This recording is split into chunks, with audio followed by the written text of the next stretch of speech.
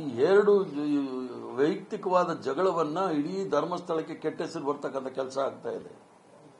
ಮಹಾನ್ ನಾಯಕರು ಭಾಷಣ ಮಾಡ್ತಾ ಇದ್ದಾರೆ. ಇದೇ ಇಂದಿನ ಬಿಜೆಪಿ ಅಧ್ಯಕ್ಷರು ಕಟೀಲ್ರು ಮತ್ತೆ ನಮ್ಮ ಸುನೀಲ್ ಕುಮಾರ್ ಅವರೇ ಮೊದಲು ಸೌಜನ್ಯ ವಿಚಾರದಲ್ಲಿ ಅಲ್ಲಿ ಹೋಗಿ ಧರ್ಮಸ್ಥಳದ ವಿರುದ್ಧ ಮಾತಾಡಿ ತನಿಖೆ ಆಗಬೇಕು ಅಂತೆಲ್ಲ ಅವರೇ ಕೂಗಾಡಿದ್ದು, ಆರ್ಭಟ ಮಾಡಿದ್ದು.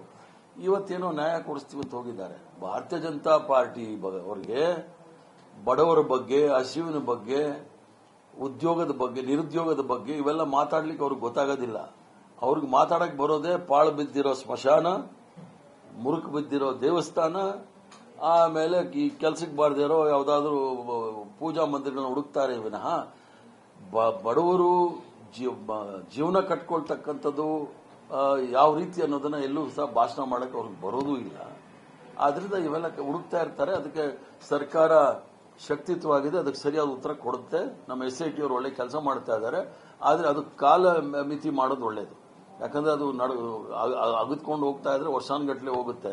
ಯಾಕಂದ್ರೆ ಇವರು ಮಸೀದಿ ಆಗಿರೋದು, ಅದರ ಕೆಳಗಡೆ ಶಿವಲಿಂಗ ಇದೆ ಅನ್ನೋದು, ಯಾಕಂದ್ರೆ ಇದು ಹಿಂದೂ ದೇವಸ್ಥಾನ ಆಗಿರೋದ್ರಿಂದ ಅಲ್ಲಿ ಶಿವಲಿಂಗ ಮಾತಾಡ್ತಾ ಇಲ್ಲ ಇವರು. ಆದ್ರಿಂದ ಇವರು ಹಣೆ ಬರನೇ ಅಷ್ಟು.